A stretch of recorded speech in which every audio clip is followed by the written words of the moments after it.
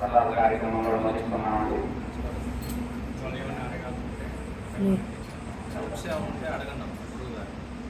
ఇది అయిపోయిన తర్వాత నర్వస్ ఏంటంటే మళ్ళీ పర్సనల్ కూర్చొని గురువు దగ్గర మనకి ఏవైతే ఆలోచన ఉంటే ఆ ఆలోచన మనకి కుటుంబ పరంగా కావచ్చు, వ్యక్తిగతంగా కావచ్చు, సమాజ పరంగా కావచ్చు, ఆయన చెప్పినట్టు గ్రామపరమైన సమస్యలు కావచ్చు, ఇవన్నీ కూడా మాకు ఇలా అనిపిస్తుంది.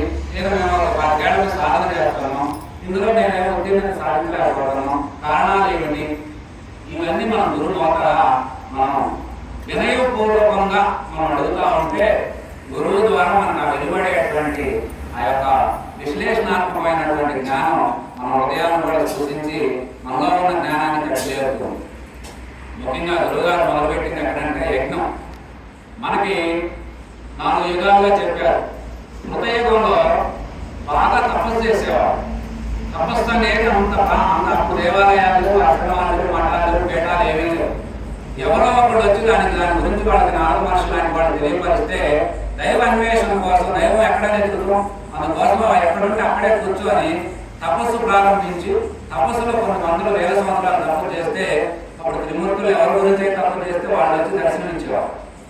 ఆ తర్వాత మనకి మరి రాముడు వచ్చినటువంటి త్రేతాయుగంలో యజ్ఞం అనేది బాగా ప్రాథమికంగా ప్రామాణికంగా యజ్ఞాలు చేయడం అనేది బాగా ప్రారంభించారు. ఆ యొక్క యజ్ఞం అనేది యజ్ఞం ద్వారా మనం భగవద్గీత కూడా తెలియజేస్తుంది. యజ్ఞం వల్లే వర్షాలు పడతాయా, యజ్ఞం వల్ల వాతావరణం అంతా మార్పు చెందింది. ఎందుకంటే అందులో వాడే ద్రవ్యాలు అలాంటి దానివల్ల ఏదైతే మనం ఏదైనా మృగాల వాసన ఉందని కూడా దుర్వాసన వస్తుంది. ఇవాళ మన పల్లెటూరు మనం సుఖంగా ఉన్నాం, తమ్ముడులో తెలియదు వర్షాకాలం వస్తే అసలు ఉండలేము. ఎందుకని అక్కడ వాతావరణం బాగోదు. అట్లా యజ్ఞంలో ఉన్నటువంటి చేసేటువంటి క్రతువులు, మనకి ఇచ్చే మంత్ర ఉచ్చారణ, ఇవన్నీ కూడా మన హృదయాలను మేలుకొల్పి ఆరోగ్యాన్ని, మనసుని, ఆత్మని అన్నింటిని కూడా ఉన్నతంగా ఉండడానికి ఆస్కారం ఉన్నది అని చెప్పి మనకి యజ్ఞం కృతయుగం నుంచి చక్కగా కొనసాగుతూ వచ్చింది. ఆ తర్వాత ద్వాపరయుగం వచ్చేసరికి ఆ యజ్ఞం ఇంటితో పాటు మనకు దేవాలయ వ్యవస్థ, దైవికమైనటువంటి ఆరాధనలు ఇవన్నీ మనకు ప్రారంభం. ఆ తర్వాత కలియుగంలో మార్పు సృష్టించింది ఏంటంటే నువ్వు అవన్నీ చేయాలంటే చాలా శ్రమరా. అప్పుడు ఒక్కొక్కరు 1,00,000 సంవత్సరాలు బ్రతికారు. మినిమం రావణాసురుడు హైట్ 32 అడుగులు ఉండేవాడు. రాముడు హైట్ కూడా 12, 13, 14 అడుగుల దాకా ఆయన ఉండేవాడు. కానీ కాలం కుంచించి మనకు 100 సంవత్సరాలు ఆయుషిస్తే అందులో మనం 50 దాటవాలి లేదంటే బయలుదేరుతుంది రావణుడు గారు. సగం రాగానే మనకి వ్యాపిస్తుంది. అందుకు కాబట్టి మార్పును సూచించేది ఏంటంటే కలియుగంలో నామస్మరణ అనేది చాలా గొప్పది. పైసా పెట్టుబడి లేకుండా తపస్సుతో కూడుకున్నటువంటి నామస్మరణ, నిజాయితీగా ఎతికే నామస్మరణ. ఓం నమః శివాయ, నమో నారాయణాయ, ఓం శ్రీ మాత్రే నమః, ఓం శ్రీ రామచంద్ర ప్రభువాయ నమః. ఏ మంత్రాన్ని మీకు ఏ రూపాన్ని బాగా ఆరాధిస్తా ఇష్టంగా ఉంటే ఆ మంత్రాన్ని మనం తీసుకోవచ్చు. ఇప్పుడు హరే కృష్ణ మంత్రం ఉంది. 100 నుంచి 150 దేశాలకు విస్తరించింది ఆ సంస్థ. కొన్ని వందల వేల మందిని బ్రాహ్మణత్వం పొందారు అందులో వాళ్ళు. అందుకని ఏ నామం తక్కువది కాదు. ఆ విధంగా మన కలియుగంలో నామస్మరణ అనేది గొప్పది అనేది మనకు తేల్చారు.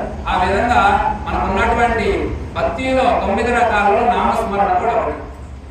నువ్వు సేవ చేయి, పూజ చేయి, గురువు సేవ చేసుకో, ఆలయాలు శుద్ధి చేయి, నీ దగ్గర ఇంకా ఏమంటే సంకీర్తన ఒంటరిగా వాడు, సత్సంగం చేయి, సఖ్యతతో కూడుకున్న భక్తిని బాగా ఇష్టపడాలని చెప్పారు. మార్పు కృష్ణార్జునులా ఉండాలని, దైవాన్ని వేరు నువ్వు వేరనుకోవాలకు, నీకు ఒక స్నేహితుడిలాగా భావించాలి, నీకు ఒక భర్తగా భావించాలి, నీకు ఒక తల్లిగా భావించాలి. దైవంతో నీవు అలాంటి సఖ్యతతో కూడుకున్నటువంటి భక్తిని అలవర్చుకోవాలి. ఆత్మ నివేదనకు చేరాలి. ఆత్మ నివేదన అంటే నీ యొక్క ఆత్మని ఆయన కనిపిస్తే ఆయన నీవుగా మారితే నీవు ఆయనగా మారిపోతావని చెప్పి చెప్పడం జరిగింది.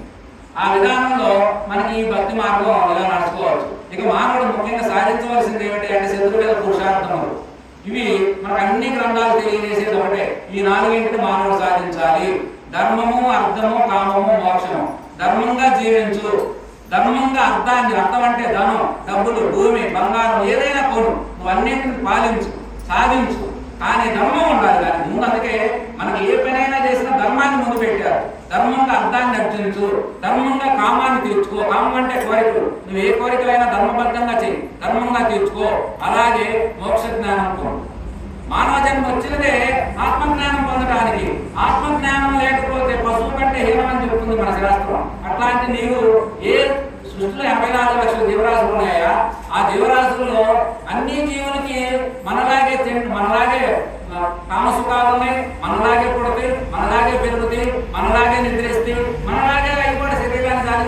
అవుతాయి. కానీ మానవుడికి మాత్రమే ఇది మంచి, ఇది చెడు, ఇది చేయొచ్చు, ఇది చేయకూడదు, ఇది అనొచ్చు, ఇది అనకూడదు అనేటువంటి విచక్షణ జ్ఞానం. అందులో నుంచి వివేక జ్ఞానం ఉన్నది. వివేకం అంటే ఏమిటి? విచక్షణ అంటే వేరు చేయడం. వివేకం అంటే ఏమిటి? మంచిని మాత్రమే తీసుకోవడం. కానీ వివేకానంద ఆయన ఎందుకు పేరు పెట్టాం?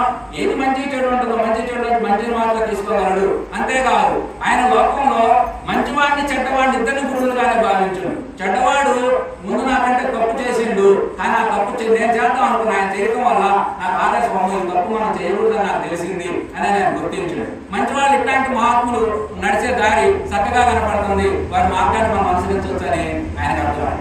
అందుకనే వివేకానంద అనేది అంత మరి వివేకవంతుడు కావాలి. ఈరోజంతా అవివేకవంతుడు ఎక్కువైతున్నాం. కాబట్టి ఇలా మరి వివేకం అనేది సాధించాలయా అనేది చెప్పి మనం చెప్పడం జరిగింది. ఇక ముఖ్యంగా సందేశం ఏమిటంటే ఏ మహాత్ములు చెప్పినా ఒకటి దైవాన్వేషణ, రెండు సమాజ సేవ. దైవం అన్వేషణ, దైవం ఎక్కడున్నది అని చెప్తానంటే ముందు నేనెవరు అని చెప్పి నేనులో ప్రయాణం చేయాలి. సోహం శివోహం అహం బ్రహ్మస్మి ఏకమేవ అద్వితీయం బ్రహ్మ. ఇవన్నీ మన ఉపనిషత్తులు వచనాలు. ఈ వచనాలన్నింటి అర్థాలు సూత్రంగా చెప్పాలంటే అవన్నీ నీవు ఆత్మయ్యవు, నువ్వంటే శరీరం కాదు ఆయన. ఇప్పుడు నేను కూర్చున్న కుర్చీ నేను కాదుగా, కానీ నీ శరీరం కుర్చీలో కూర్చుంది. కానీ ఈ శరీరంలో ఉన్న నేనెవరు అంటే ఈ శరీరం నేను కాదు, ఈ శరీరంలో ఉన్న నేను ఆ నేనే ఆత్మ. మరి నీవు ఆత్మ అయితే వీళ్ళందరూ ఎవరు? వీళ్ళందరూ కూడా ఆత్మస్వరూపం అయ్యే ఉన్నారు అని చెప్పి మనం ఆత్మలు 108 ఉపనిషత్తులు ఉన్నాయి. ఉపనిషత్తులు అని చెప్పే సందేశం ఏమిటంటే నీవు ఆత్మవి, నీ ఆత్మే దైవం అని. దైవం తెలుసుకోవాలంటే ఎక్కడ ఉన్నాడని తెలుసుకుంటావు. అందుకని నువ్వు ఇక్కడ కూర్చో, నీ అంతర్ముఖుడు నీలోకి నువ్వు ప్రవేశించు. నీ ఎవరో నీకు తెలిస్తే దైవం నీకు తెలియదు ఈజీ అని చెప్పేసి. అందుకని దైవాన్ని తెలుసుకోవాలి. ఎంత దైవాన్ని తెలుసుకున్నా ఇప్పుడు వీళ్ళకి దైవం అర్థమైంది, వాళ్ళు ఏం చేయాల్సిన పని లేదు, కానీ సమాజ సేవ చేయాలి. ఎందుకు సమాజ సేవ చేయాలి? మహాత్ములు చెప్పే మాట ఏమిటంటే సమాజం అనేది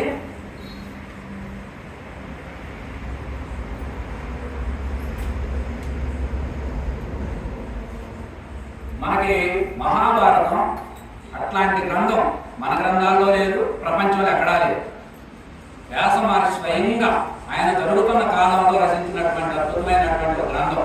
అందులో అనేక రకమైనటువంటి ఆనిముత్యాలను అందులో పొందుపరిచి దానితో పాటు అనేక నీతులను అందులో పెట్టి అనేక రకమైన వార్తల్ని అందులో ఇంక్లూడ్ చేసి చక్కగా మొత్తం అయిపోయిన తర్వాత వినాయకుడు ఇదంతా ఏమిటి తాత ఈ గోడంతా రాసి చంపుకోవడం చచ్చిపోవడం అంతా ఏం కనపడలేదు కదా, ఎందుకు ఇంత సేడు రాయాలా, ఇంత 1,00,000 శ్లోకాలు గ్రంథం ఎందుకు, ఏదైనా కుదించి కొద్దిలో చెప్పకూడదారా, బాగుంటది కదా, చదువుకోవడానికి జనానికి ఎదుగుంటే బాగా అర్థమవుతుంది కదా అని చెప్పంటే వ్యాసమారి చెప్పిన మాట ఏంటంటే కాదు నాయన గణేష, అర్థం కాదు లోకానికి, పైగా ఇప్పుడున్న లోపల వాళ్ళకి అర్థం కావట్లేదు, కలియుగానికి అసలే అర్థం కాదు, అందుకని ఓపిక పట్టుకొని రాయాలా. ఎందుకంటే రాసిందేమో వినాయకుడు, చెప్పిందేమో వ్యాస మహర్షి.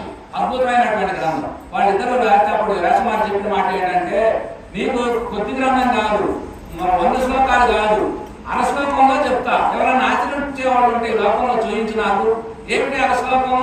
శ్లోకార్థేనే ప్రవక్ష్యామి యదుయుక్తం గ్రంథకోటి బిహి. ఇది 1/2 శ్లోకం అంటే లక్షల్లో శ్లోకాలు, వేలంలో గ్రంథాలు ఇవన్నీ చెప్పేటువంటి సారం. మనకు 4 వేదాలు, 108 ఉపనిషత్తులు, 18 పురాణాలు, 18 ఉపపురాణాలు, రామాయణం, భారతం, ఇతిహాసాలు, ఇట్లా కోకొల్లో గ్రంథాలు ఎన్నో ఉన్నాయి. వీటన్నింటి సారాంశం ఏమిటి అంటే ఇప్పుడు చదువుతాం ఏమిటి? పరోపకార పుణ్యాయ పాపాయ పరపేయడం. ఎవరైతే పరులకు మేలు చేస్తాడో అదే నీకు పుణ్యాన్ని చేకూరుస్తుంది, ఎవడైతే పరులకు కీడు చేస్తాడో అది నీకు పాపాన్ని సమకూరుస్తుంది అని చెప్పారు. అంటే నువ్వు చేసినదే నీకు వస్తుందయ్యా. ఎవరైతే ఇతరులు బాగుండాలన్న సంకల్పం చేస్తా ఉంటారో, ఎవరైతే ఇతరుల కోసం పాటుపడి పనిచేస్తా ఉంటారో వారికి ఎప్పుడు కూడా పుణ్యం అనేది సమకూరుతుంది. పుణ్యం అంటే సంతోషమే, ఆనందంగా ఉండటం కూరుతుంది. అట్లాగే ఎవరైతే ఇతరుల కింద ద్రోహం చేస్తా ఉంటాడో, మాయ చేస్తా ఉంటాడో, మోసం చేస్తా ఉంటాడో తను సుఖంగా ఉండడు, ఇతరులు సుఖంగా ఉంచలేడు. కాబట్టి ఎవరైతే మీకు చేస్తారో పరోపకారం అనేది అంత గొప్పదని చెప్పి మహాత్ములు తేల్చారు. ఒకటి దైవాన్వేషణ, 2 పరోపకారం. ఈ 2 ప్రధానంగా తీసుకొని ఇట్లాంటి మహాత్ములు కంకణం కట్టుకొని వ్యక్తిగత జీవితం మొత్తం తునప్రాయణంగా వదిలేసి సమాజ సేవ కోసం ఈ రకంగా కాలినడక నడుచుకుంటా ఆయన నడక అనేది అలా సాగిపోతా ఉంటుంది. వారు ఏమి చెప్పాల్సిన పనుల, వారి ముఖం చూస్తే, వారి నడవడిక చూస్తే, ఎందుకంటే వారు ఇంద్రియాలను జయించినటువంటి వాడు, ఇంద్రియాలను జయించడం అంటే సామాన్యమైన పని కాదు, చాలా కష్టంతో కూడుకున్న పని. బుద్ధుడు చెప్పే మాట ఏమిటి? వేల మందిని యుద్ధంలోనైనా సంహరించొచ్చంట మనం బయట, కానీ తన యుద్ధంలో ఉన్నటువంటి అరిషడ్ వర్గాన్ని, అర్థమదాలని, సప్త వ్యసనాలని, రాగద్వేషాలతో అందరూ ఓడిపోవటం, ఎవరు విజయం సాధించలేరు. అట్లాంటి ఇంద్రియాలను జయించాలంటే ఎంత కష్టం. అట్లాంటి ఇంద్రియాలను చక్కగా మరి స్వామివారు జయిస్తూ మరి యొక్క పాదయాత్ర ద్వారా మరి వారు చెప్పినటువంటి అక్కడ ఏం జరిగింది, ఇక్కడ ఏం జరిగింది అని చెప్పే మాట అది వాస్తవానికి వినడానికి ఏంటంటే మనకు అంత నమ్మశక్యంగా అనిపించదు. అవునా కాదా అనేది సందేహం ఉంటుంది. దానికి మనలో అనేక రకమైన ప్రశ్నలు ఎదురుపడతా ఉంటాయి. అవన్నీ తెలియాలంటే మనం కూడా వారి స్థాయికి, వారి స్థానానికి ఎదిగితే కానీ అర్థం అవుతుంది. ఇప్పుడు మన కృష్ణుడు అర్థం కావాలనుకోండి, కృష్ణుడు భగవద్గీత ఒకటే, కానీ భగవద్గీత నిన్నటితో రకం జ్యోతి, ఈనాటితో రకం జ్యోతి, ఆయన అడిగితో రకం జ్యోతి. ఎందుకని భగవద్గీత శ్లోకం ఒకటే, కానీ ఎందుకని అంటే మన స్థాయిని బట్టి అవన్నీ అర్థమవుతా ఉంటాయి. రాముడు అయినా అదే పరిస్థితి. అట్లా మనకు రాముడు మరి రామకథ అంతా తీసుకుంటే కుటుంబ వ్యవస్థ అంతా ఎలా నిర్మాణంగా బాగుండాలో, అందుకే మనకు రామాయణం అనేది అంత గొప్ప గ్రంథం. రామాయణం, భారతం ఈ రెండు ఇతిహాస గ్రంథాలు. ఇతిహాసం అంటే ఇక్కడ ఇలా జరిగింది, దీనిని బట్టి నువ్వు తెలుసుకో ఎలా ఉండాలో. ఇది మంచివాడు, ఇది చెడ్డవాడు. మంచివాడిగా ఉంటావా, చెడ్డవాడిగా ఉంటావా, పుణ్యాత్ముడుగా ఉంటావా, పాపాత్ముడుగా ఉంటావా అనేది మనకు ఆ రెండు గ్రంథాలు అనుష్ఠాన గ్రంథాలు కాబట్టి మనకు రామాయణం, భారతం అనేది గొప్పగా ఉన్నాయి. అట్లాంటి గ్రంథాల్లో ఉన్నటువంటి సారాంశం మనం పట్టించుకొని మరి గురువు గారు చక్కగా మరి మన గ్రామానికి రావడం అనేది వాస్తవానికి సాధు దర్శనం అనేది చూస్తేనే పుణ్యం అని చెప్పి మహాత్ములు మనం చెప్పడం జరిగింది. అట్లాంటి మరి వారి జీవితం అంతా ఇందులో పెట్టి వారు దానికోసమే తప్పించి నిత్యం దైవాన్వేషణలు, ఆత్మాన్వేషణలు, తన హృదయాన్వేషణ చేస్తూ అలాగే సమాజం ఎప్పుడు బాగుండాలని నిత్యం మనో సంకల్పాలు చేస్తూ ఆ దిశలో కార్యక్రమాలు కూడా రూపకల్పన చుట్టి ఇప్పుడు చెప్పారు డాక్టర్లకు మనం చేశామంటే మరి యజ్ఞాలు చేసాం, గోశాలు చేసాం. గ్రామంలో ఉన్నటువంటి మరి మా ప్రయాణంలో అనేక రకమైనటువంటి మరి శుద్ధి కార్యక్రమాలన్నీ జరుగుతూ ఉంటాయంటే అవన్నీ నిజమే, అబద్ధం కాదు. ఎందుకంటే కొన్ని జరగడానికి ఆస్కారం ఉన్నది.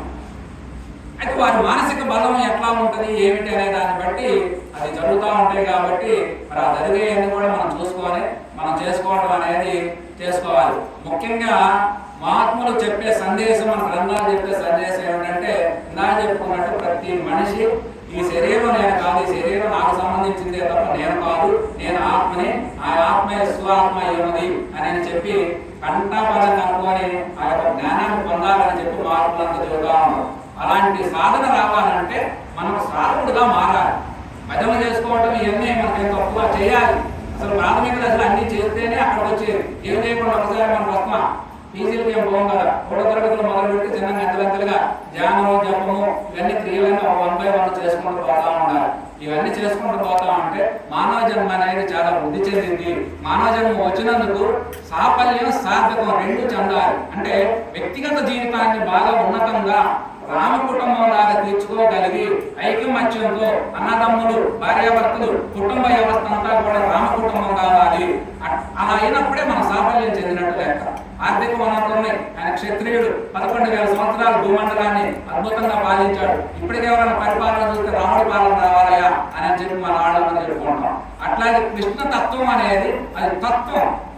అందుకే రాముడికి మంచి చెడులు ఉన్నాయి, కానీ కృష్ణుడికి మంచి చెడులు లేవు. ఆయన ఉన్నట్టుగా కనపడతాడు, చేయాల్సింది కాబట్టి చేస్తున్నా అంటూ దేనికి అంటకుండా ఉండే తత్వం ఆయన పూర్ణమైనటువంటి పరమాత్మ జ్ఞాన స్వరూపుడు. కాబట్టి ఆయన మనకు భగవద్గీత మరి అద్భుతమైనటువంటి ఒక శ్లోకం, ఒక మంత్రాలు ఉంటుంది. ఆ మంత్రాలన్నీ కూడా మనం అవకాశం బట్టి చేసుకోవాలి. ఎందుకంటే ఈ జన్మ మళ్ళీ జన్మలు ఉన్నాయని చెప్పేది కరెక్టే, కానీ అసలు ఈ జన్మ, ఈ దేహం ఉన్నప్పుడే నువ్వు ఆ జన్మల గురించి తెలుసుకోవాలి కదా. అందుకని కర్మత్రయం అంటే సంచిత కర్మ, ప్రారంభం, ఆగామి. నువ్వు ఏదైతే మొన్న చేసినవో అది ఈ రోజు అనుభవిస్తున్నావు, ఈ రోజు ఏదైతే చేస్తున్నావో రేపు నువ్వు అనుభవించాల్సిందే. నువ్వు చేసిన పాపపుణ్యాలన్నీ నీడవల్లే నీ ఎంటబడి వస్తున్నాయని చెప్పి మన శాస్త్రాలని చెప్తావు. నువ్వు మంచి చేయి, అది నీ ఎమ్మటే ఉంటుంది. చెడు చేయి, అది నువ్వు నడిచిపోతుంటే మనకు ఆ ఎదురులో పాపం మనం వెంబడించినట్టుగా పాపపుణ్యాలు చెట్ట అనేది నేను వెంబడిస్తున్నాయా అని చెప్పి మహాత్ములంతా మనకి వాడి మన గ్రంథాలన్నీ తెలియజేస్తున్నాయి. ఇవన్నీ మనం చెప్పాలంటే 2 గంటలు కూర్చొని చెప్పాలి ఇవన్నీ. అందుకని సమయం తక్కువ పెద్దవారిని కూర్చోబెట్టి ఎక్కువసేపు మాట్లాడకూడదు. కాబట్టి మరి నేను ఈ కార్యక్రమాన్ని ముగిస్తూ